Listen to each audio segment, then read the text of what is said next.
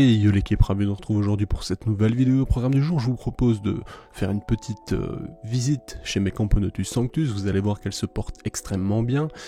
Il y a du changement depuis la dernière fois que vous les avez vues, notamment le nid. On est passé sur un nid en bois qui nous vient de chez Foranto. Je vous rappelle que la Camponotus sanctus est dite la plus grande fourmi d'Europe actuellement connue. Elle est concurrencée directement par la Camponotus liniperda. Ça se joue vraiment à des millimètres, on s'en doute. Mais bon, c'est toujours intéressant comme information. Cependant, je peux vous dire que je trouve qu'elle est sous-cotée et pourtant c'est une magnifique espèce. Pour revenir sur le nid Foranto, c'est un artisan polonais qui réalise ses nids. La boutique est connue d'ailleurs pour la qualité de ses nids notamment et l'innovation qu'il a pu amener avec justement cette réserve d'eau directement introduite dans les nids. On a donc via évaporation une certaine humidité dans le nid. Est-ce que ça va bien fonctionner justement sur la durée? Est-ce que l'essence de bois choisie le permet? Je n'ai d'ailleurs pas idée de quel bois c'est directement pour information, mais en tout cas ce qu'on va faire c'est qu'on va le tester. C'est d'ailleurs pour ça que j'ai introduit mes Camponotus sanctus à l'intérieur. Elles sont à la chauffe depuis 3 jours, depuis j'avais pas chauffé, elles sont sorties de diapose, elles se sont acclimatées aux températures ambiantes, et ensuite maintenant j'ai décidé de remonter tout ça. On va voir comment ça va évoluer à l'intérieur, comment le bois va travailler notamment avec cette potentielle humidité, comment l'acrylique va réagir justement à ça, bref, pas mal d'interrogations, et on verra ensuite si c'était au final de la très bonne qualité, ou s'il y a des choses à revoir. En attendant, les Camponotus sanctus devraient bombarder d'ici peu. C'est une espèce qui apprécie vraiment la chaleur et qui réagit en tant que telle, c'est-à-dire que si elles sont bien chauffées, bien alimentées, comme beaucoup d'espèces de fourmis au final, elles vont envoyer directement, notamment la reine en termes de ponte. Cette année, on devrait justement doubler la population de cette colonie, on devrait rapidement passer sur quelque chose de bien plus important, ce qui va me régaler d'ailleurs, parce que vous pouvez voir que dans cette colonie, on a déjà une multitude de majors qui ont une très grande taille. Et ça, c'est vraiment un point fort chez Sanctus, je trouve, c'est que effectivement, il y a un polymorphisme important, parce que même chez les ouvrières, on peut avoir des ouvrières de très petite taille, ainsi que de nouvelles ouvrières très grandes. On peut remarquer également que les majors sont vraiment très costauds, et on regardera, si on regarde attentivement, on peut se rendre compte que les médias sont vraiment à part également.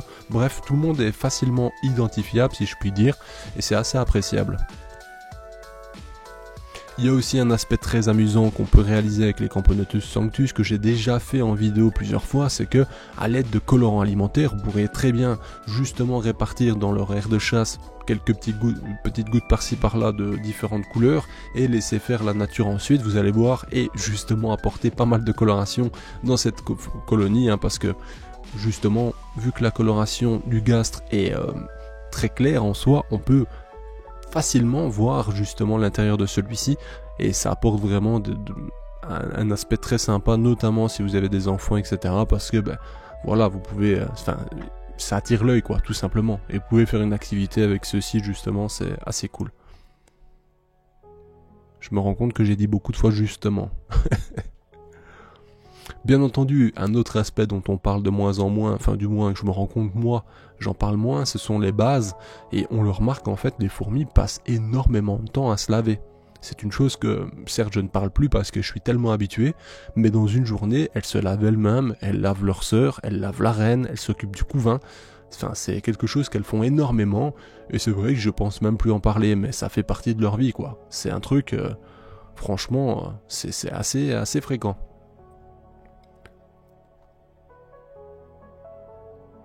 J'allais faire une blague un peu vaseuse, mais je me suis abstenu. Je me suis retenu de la faire.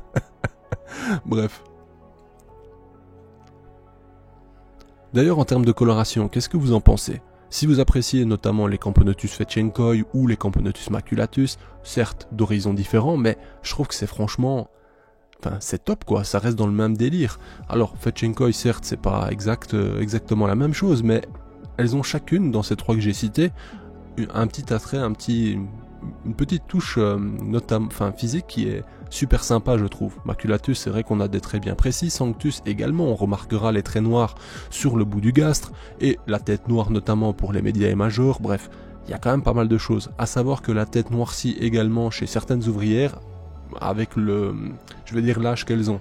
Plus elles sont âgées, plus ça devient sombre. C'est également le cas chez Camponotus fetchenkoi. et j'imagine que c'est probablement la même chose chez Camponotus maculatus, mais sans certitude chez elle, je ne suis pas sûr, sachant que chez les maculatus, je vous avais présenté notamment, j'avais dit version Kenya, version Nigeria, c'était uniquement pour ma part, vous les présenter, les différencier, mais ça n'a pas de valeur en soi parce que, admettons, je sais pas moi, il y a un essaimage au Nigeria, il y a sur 100 km, il y a des centaines de nids qui essaiment, il y aura une multitude de colorations dans les rennes qui vont en découler. Donc, comme je le disais, ça ne veut rien dire hein, de dire en soi que ça vient du Nigeria au Kenya, ça permet juste de savoir plus ou moins d'où elle vient, mais ça ne veut pas dire que ça sera systématiquement, je veux dire, la même coloration parce que ça vient de là, quoi. Vous voyez un peu l'idée. Ce que je peux vous dire par contre, même si maintenant ça fait du temps et que cette vidéo n'est pas dédiée au maculatus, il y a vraiment une différence de taille entre les deux maculatus que j'ai obtenus. Donc peut-être que, et même j'ai envie de dire, dans la production des majors, etc., c'est nettement différent. Donc peut-être que en soi, on est peut-être sur une sous-espèce ou quelque chose du style. Ça ne m'étonnerait pas que dans quelques années, on nous dise, en fait celle-ci c'est maculatus, CF je ne sais quoi, enfin bref.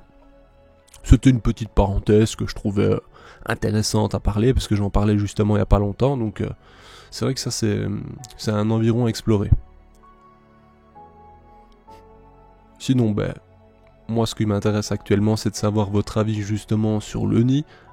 Sachez quand même que même si vous avez raté la vidéo sur l'unboxing et la découverte du nid, c'est un nid qui est vendu 200 €, plus ou moins. Donc je sais que ça va faire grincer des dents, mais dites-moi ce que vous en pensez, et surtout, ce qui m'intéresse, c'est dites-moi ce que vous pensez de l'espèce. Bon, je sais que beaucoup la connaissent, mais si vous ne la connaissiez pas avant de voir cette vidéo, j'attends votre avis.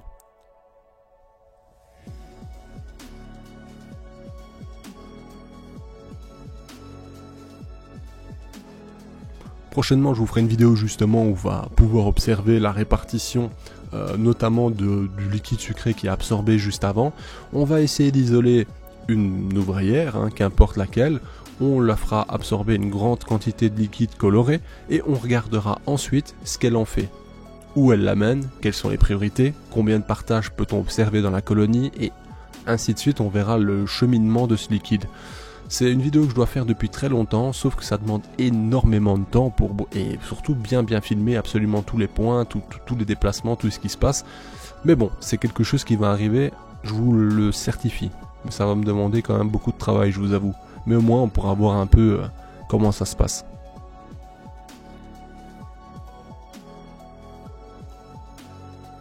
Faut avouer quand même que Camponotus sanctus c'est vraiment stylé. Moi, enfin en tout cas moi ça me plaît énormément, franchement je suis très fan. C'est une espèce qui n'est pas spécialement difficile d'ailleurs, hein. C'est assez simple en élevage. La fondation cependant peut être délicate, par moment il manque un petit élément pour déclencher la ponte de la reine, etc. Donc bon voilà, ça il suffit de regarder un peu, soit un peu moins d'hygro, un petit peu plus, soit une température plus importante durant une période, voilà. Moi je me rappelle avec Antoine, ce qui avait déclenché la ponte chez nos sanctus, c'était justement la canicule. La canicule avait déclenché clairement la ponte chez elle. Avant ça, ça faisait 3 semaines environ qu'elle était chez nous et il n'y avait rien du tout qui s'était déclenché. Et on a eu vraiment au même moment une ponte, voilà quoi. Quand on s'est vu, on s'est dit ah toi sanctus ça dit quoi? Ben j'ai une ponte, ah ben moi pareil. Et l'élément commun c'était justement la canicule. C'est assez génial je trouve. Après, bien entendu, une reine n'est pas l'autre et l'expérience peut être différente chez tout le monde, quoi, très clairement. Enfin voilà, on se dirige tout doucement vers la fin de cette vidéo. J'espère que vous l'avez apprécié. Si c'est le cas, n'oubliez pas le commentaire, le like, le partage, bref, tout ce qui pourrait apporter justement de la visibilité à cette chaîne. Peut-être que des gens seront hyper contents de tomber sur nous, hein, qui sait. Et comme ça, au moins, on avance. Et franchement, voilà, plus de gens connaîtront notre passion en soi. Et on aura aussi d'autres moyens par la suite, j'imagine. On pourra faire des folies, bref. Vous connaissez un peu la chanson, de toute façon, hein, je vous le dis assez souvent. Mais c'est comme ça que YouTube fonctionne. Allez, sur ce, je vous dis à bientôt l'équipe pour de nouvelles vidéos. Et on se dit bientôt aussi, rendez-vous dimanche à Waterloo. Bref, je vous en parle plus tard.